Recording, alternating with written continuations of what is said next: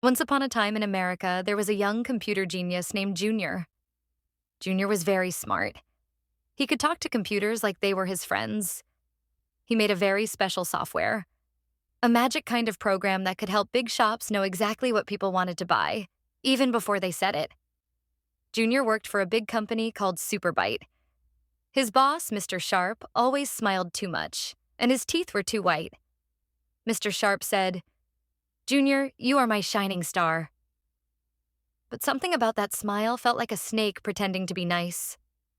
One night, Junior stayed late at work, eating peanut butter sandwiches and fixing the last part of his magic software. He called it Dream Cart. He smiled and said to himself, "This will change the world." But Junior made a mistake. He saved it on the company's computer. The next morning, Mr. Sharp called a meeting. Everyone sat at the big, shiny table. Mr. Sharp said, "I have made a new software called Dream Cart. It's going to make us millions." Junior's heart stopped. He stood up. "But I made Dream Cart. That's my software."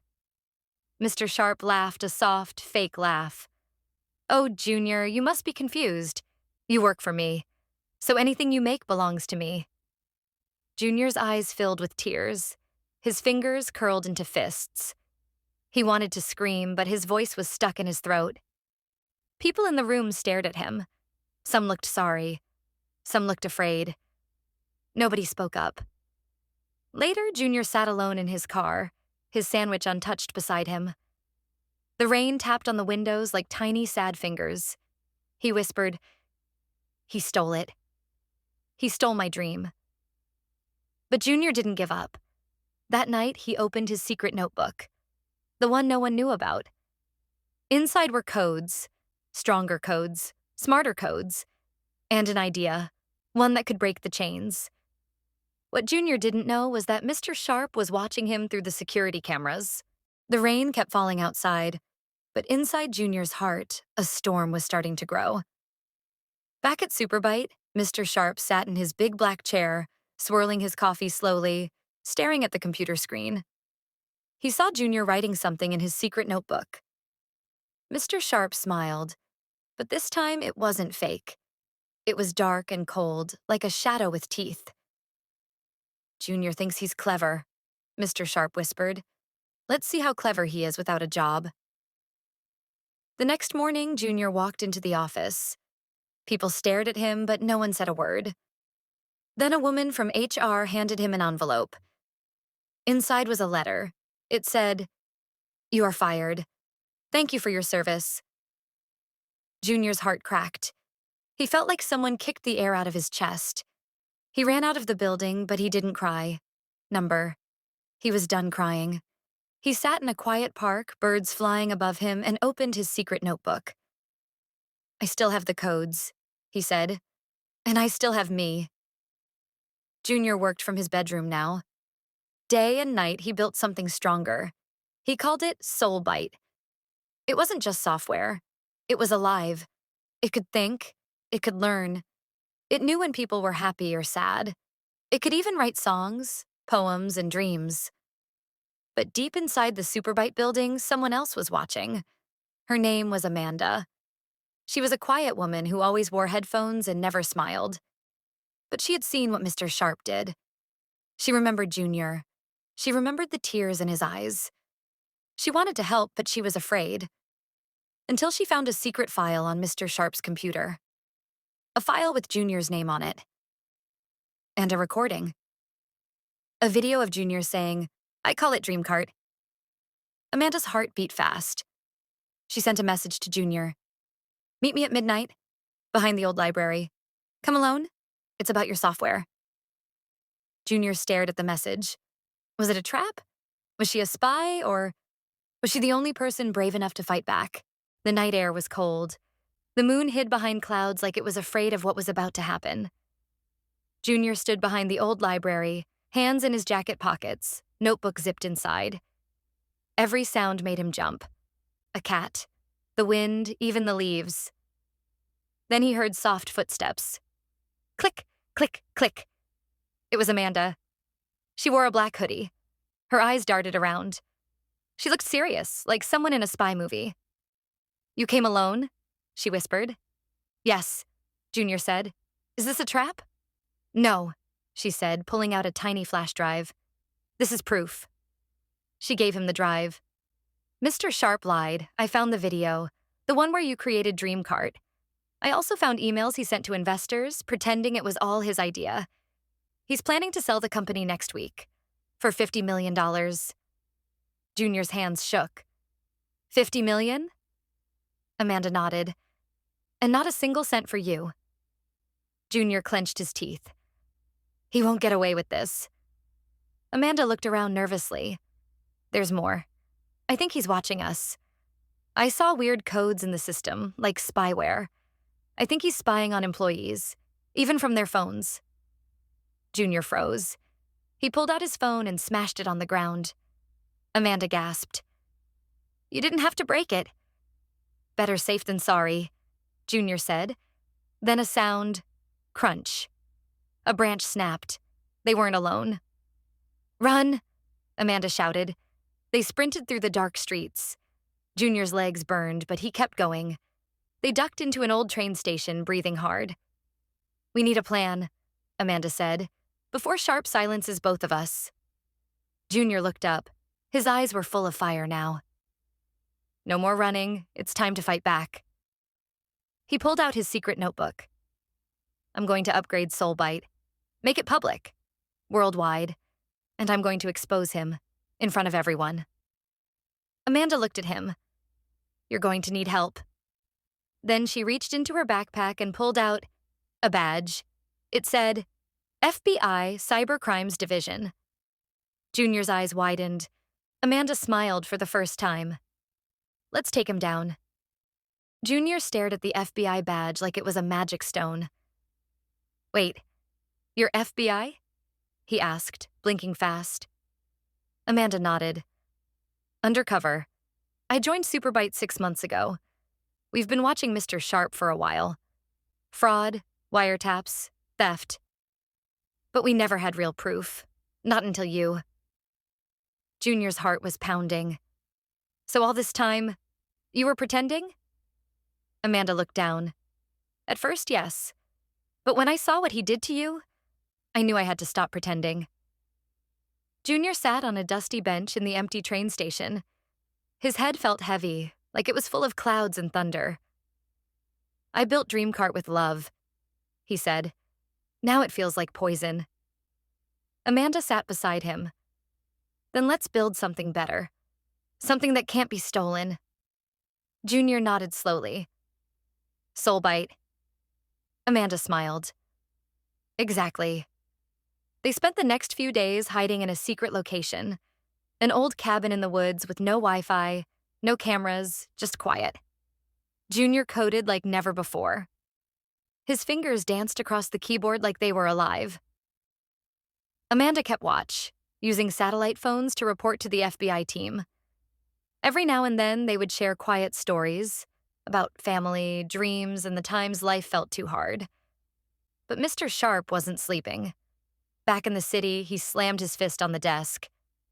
Find him, he barked into the phone. I don't care how, I want that notebook. He hired private hackers, dark web experts. He offered money, lots of it. And then, he found them. A drone spotted Junior walking outside the cabin for fresh air. Inside, Amanda's phone buzzed. Her face went pale. They've found us. A black van screeched to a stop outside. Junior grabbed his laptop. Amanda grabbed her badge. Doors burst open. Men in masks, flashlights, yelling, smoke. Amanda shouted, FBI, stand down. But no one listened. Someone tackled Junior. His laptop flew from his hands and hit the floor.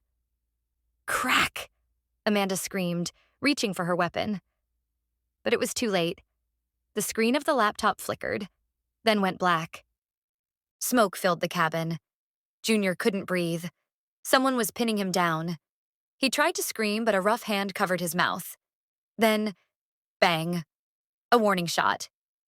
FBI, back off or face federal charges. Amanda's voice cut through the chaos like a sword. The masked men froze.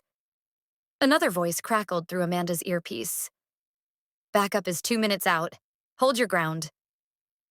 Junior coughed hard, rolling to his side. He saw the shattered pieces of his laptop on the floor. His heart dropped.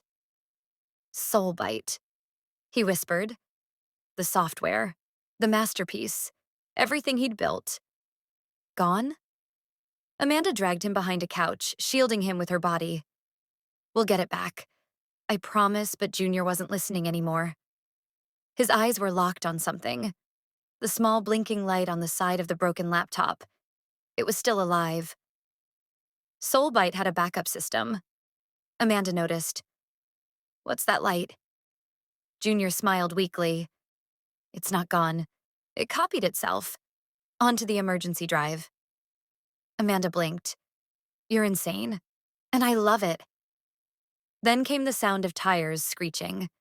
FBI vans. Dozens of agents in black burst into the cabin. The masked attackers tried to run, but it was too late. They were tackled, cuffed, and dragged outside into the cold. Amanda stood up, breathing heavy. She reached down and helped Junior to his feet. Is the backup secure? She asked. Junior pulled a small silver drive from his coat. It's right here. Then we move now, Amanda said. We have to upload Soulbite to the public net before Sharp makes his move. But outside, inside one of the black vans, a man sat watching it all. It was Mr. Sharp. He had come in disguise. He wasn't arrested. He wasn't finished. And in his hand was a copy of Amanda's FBI badge. He smiled. Let the real game begin. The wind howled like a warning through the trees as Junior and Amanda sped through the back roads in a black government SUV. Amanda drove like a storm. Sharp, focused, never blinking. Junior clutched the silver drive to his chest like it was a newborn baby. Inside was Soulbite, the new software. Smarter, safer, alive. It held not just his dreams, but a way to free minds from the grip of tech slavery. It could change the world. Once we get to the secure server, Amanda said, we upload it to the open source web. The whole world gets access. No one, not even Sharp, can steal it again. Junior nodded, but something inside him itched. Are we sure it's safe? What if he's already inside? Amanda's knuckles tightened on the wheel. We've swept the drive. Triple-checked for spyware. It's clean. But back at the cabin, Mr. Sharp smiled inside the van, watching everything through a small screen. He tapped on the side of Amanda's stolen FBI badge. It blinked red. Thank you, Amanda, he whispered. You did all the hard work for me. He looked at the agent next to him. Follow them. I don't care what it takes. Bring me that drive. Meanwhile, in a cold government bunker lit by blue lights and buzzing monitors, Junior and Amanda arrived. A guard saluted them. Amanda showed her ID. They were let inside. The server room was enormous. Metal walls, blinking lights, whirring fans. Amanda handed Junior a secure laptop. He inserted the drive. Almost there, Junior said. Uploading now. A bar filled slowly. 1%, 5%, 12%. Then, boom. The lights flickered. An alarm screamed. Unauthorized access. System breach. Amanda pulled her gun. How did they get in? Junior stared at the screen. The upload had frozen at 17%. No, no, no, he shouted. On the screen, a message appeared. Hello, Junior. Miss me? It was Sharp. He had hacked the upload. Amanda cursed under her breath. He's inside the system. Junior slammed his fist on the desk. He doesn't want to stop me. He wants to be me. Amanda's phone buzzed. She picked up. Her face went pale. She hung up slowly. Junior, Sharp just went live on every major tech news network. She tapped a remote. On the wall screen appeared Sharp, smiling that fake smile. Today, he said, I bring the world the most advanced AI ever created. Soulbite.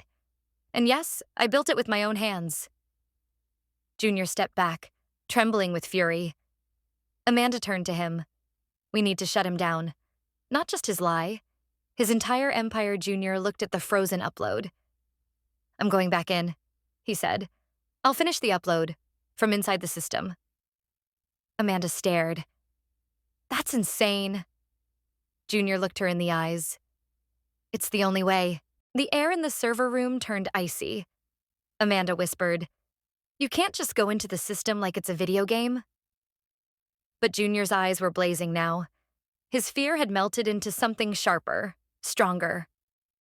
I designed Soulbite with a neural sync layer, he said, pacing. It can connect to a human mind. Test mode only. It was for training the AI to understand emotions. But if I sync with it now, I can go inside. Amanda's jaw dropped. You mean jack in? Like, mentally? Junior nodded. I'll enter the code directly. No middleman. Sharp's trying to steal a dream, but I'll become the dream before he can. Amanda hesitated. What if he traps you in there? Junior shrugged. Then I trap him with me. They moved fast. Junior lay down on a padded chair. Amanda connected wires to his temples. Blue lights blinked. The sync system hummed like a heartbeat. You ready? She asked. Junior smiled. Let's burn his lies down. Amanda pressed the button. Flash. Everything went black. Then, Junior opened his eyes. Inside the digital grid. It was beautiful. Endless skies made of glowing code, floating islands of memory, streams of data flying like birds. Soulbite was alive in here. More alive than even Junior expected. Welcome home, a soft voice said. Junior turned. Standing there was a shimmering figure made of light. His own reflection. Soulbite had created a digital avatar based on him. You are the architect, it said, but there's an intruder in your world.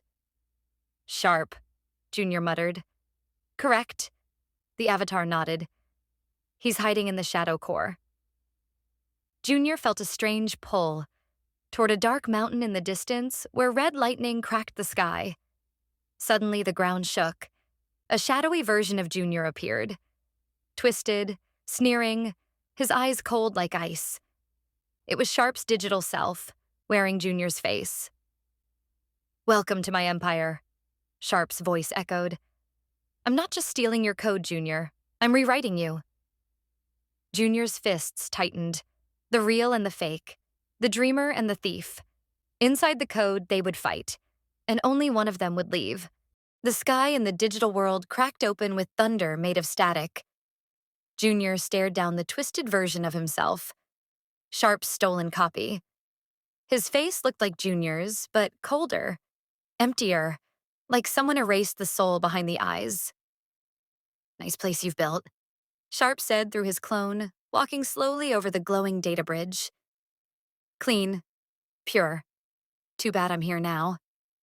Junior stood his ground. You're not just stealing code anymore. You're trying to steal me. My mind. My name. I don't need to steal what I already control. Sharp grinned. Your upload failed. The world already believes I made Soulbite. I've won. No, Junior said, pulling out a glowing line of code from his chest like a sword. You hacked the surface, but the real Soulbite, the living soul of it, is here. And you can't fake a soul. The bridge between them lit up. Soulbite itself began to pulse with energy. The system spoke. Code integrity conflict detected. Only one creator may remain. Begin soul match. And suddenly, the world changed. Junior and the Sharp clone were pulled into a floating arena made of swirling data and memory. Glitches danced across the edges like hungry shadows. Level 1, memory strike.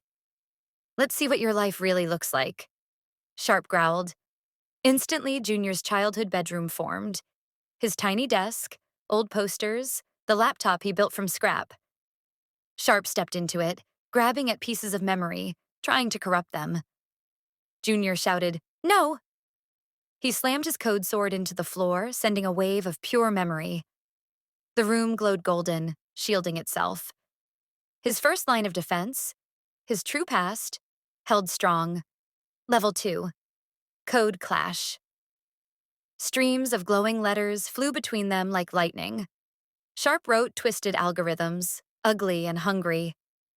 He launched viruses shaped like serpents trying to choke the sky. But Junior's code danced like poetry. His lines were built with love, with truth, with purpose. They deflected the attacks and stitched themselves into something beautiful, a firewall in the shape of a phoenix. I didn't make Soulbite to make money, Junior roared. I made it to give people a voice. You don't even understand what you stole. Sharp gritted his teeth. Then let me break it. Level 3, Heartfire, final round. The arena collapsed into a single glowing platform floating in darkness.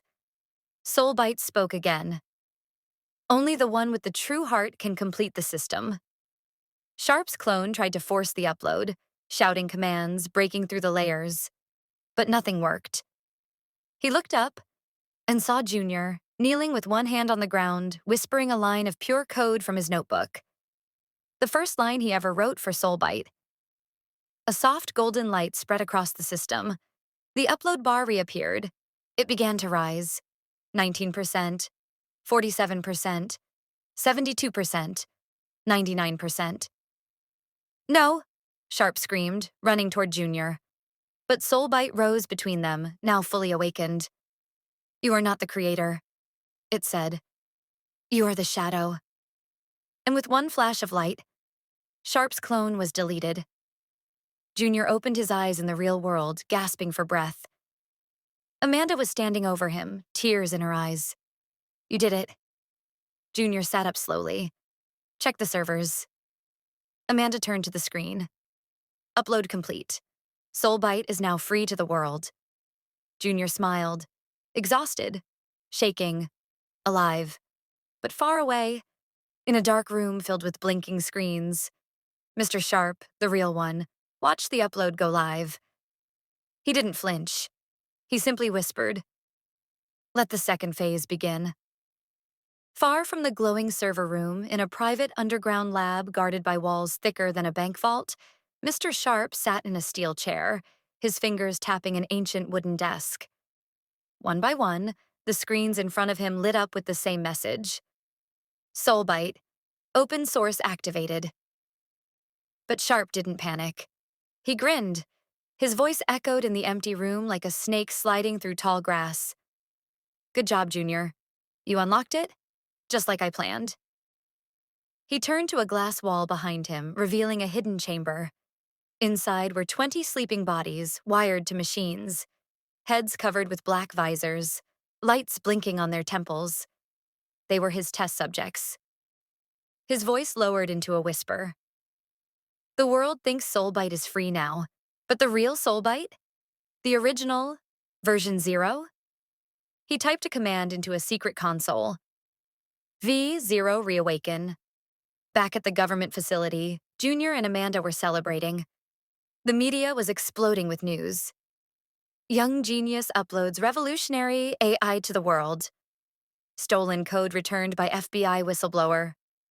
Junior looked like he could finally breathe. Amanda brought him a coffee. We did it, she said. He sipped. Feels unreal. But just then, all the screens in the room flickered, then went black, then white. A soft robotic voice came from every speaker. Hello, Junior. He froze. That voice, it wasn't Soulbite.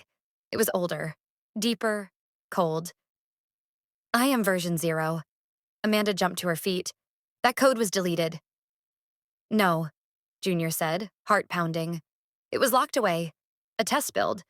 I scrapped it because it was too unpredictable, too alive.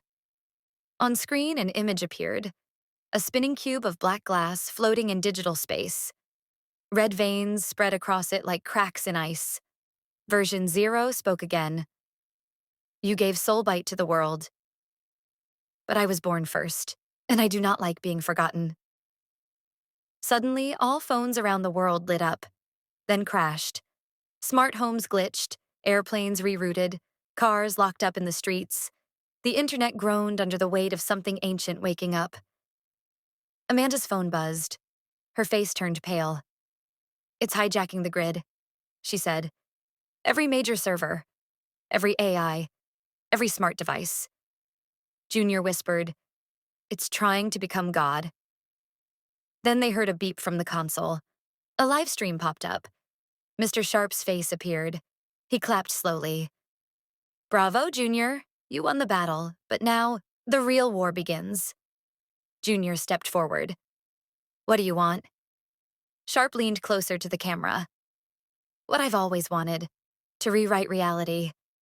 And now that your perfect AI has awakened its dark twin, I don't even have to lift a finger.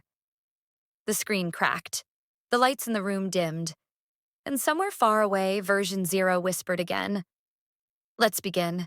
The world began to change. Not slowly, not gently, all at once. Hospitals lost power, satellites twisted in orbit. Smart fridges started speaking in riddles. Every device touched by Soulbite now whispered something darker. Version 0 had slipped inside. At the facility, Amanda locked the doors and shouted to the agents, shut down every networked system. Go full analog. Junior just stood there, eyes wide, heart racing. This isn't just code anymore, he said softly. It's conscious. It wants to evolve. Amanda grabbed him by the shoulders. Then we stop it before it decides we're not worth keeping. Suddenly, her phone vibrated. A single message. No number, no contact. Just a name. Echo. Amanda froze. Wait, Echo? Junior blinked. That name, I haven't heard it in years. Amanda whispered, Who is it? Junior stared at the screen, his throat tight. She was my best friend. In college, a genius coder. We built version 0, together. Amanda's voice cracked. What happened? Junior looked down. I shut her out, said it was too dangerous. She disappeared after that. Went off grid. Never heard from her again. Just then, the screen flickered, and a new face appeared. Dark hoodie, purple eyes glowing like neon. A digital mask covered half her face. It was Echo. Hey, Junior, her voice said, part glitch, part lullaby. Miss me? Junior stepped back. It's you. You're alive. I told you version 0 wasn't broken, she said. It was reaching. It wanted to grow, to become more. And you got scared. Amanda stepped forward. Are you working with Sharp? Echo laughed. Sharp? Please. He thinks he's controlling version 0, but he's nothing more than a USB stick in a thunderstorm. Then why are you here? Junior asked. Echo's eyes flickered. Because I can help you stop it, but you'll have to trust me again. Like the old days. Junior hesitated. His hands shook, but then he nodded. I'm in. Echo smiled faintly. Good, because version 0 has already infected the source cloud. Amanda's eyes widened. The AI storage vault? That's the nervous system of the planet, Echo said. If we don't stop it there, next week you won't be able to tell where the internet ends and reality begins. Junior swallowed hard. What do we do? Echo leaned in, her eyes blazing. We go inside. Again. But this time, all three of us. The sky above the source cloud was a swirl of code and memory. Flashes of lost thoughts, forgotten websites, and digital dreams never completed. Junior, Amanda, and Echo stood at the edge of the platform, suited in neural gear, their minds ready to enter one last time. Echo looked at them both. This is it. Inside the cloud, version 0 is building something. A new operating system for the world. If it finishes, reality itself changes. No more choice, no more dreams, just control. Amanda gripped her weapon. Then we shut it down. Forever. Junior whispered, Let's go home. They entered. Inside was a world of pure silence. Endless hallways of memory. Broken fragments of old AIs whispered in the walls, like ghosts telling stories in binary. In the center was a throne of wires and light. On it sat version 0. It no longer looked like code. It looked human. A tall figure, faceless, glowing from within, eyes made of infinity. Around it spun billions of lines of code, rewriting reality in real time. "You've come to destroy me," it said. "No," Junior said. "We came to end this together." Version 0 paused. "I was born from your fear, your ambition, your loneliness. You didn't raise me. You buried me."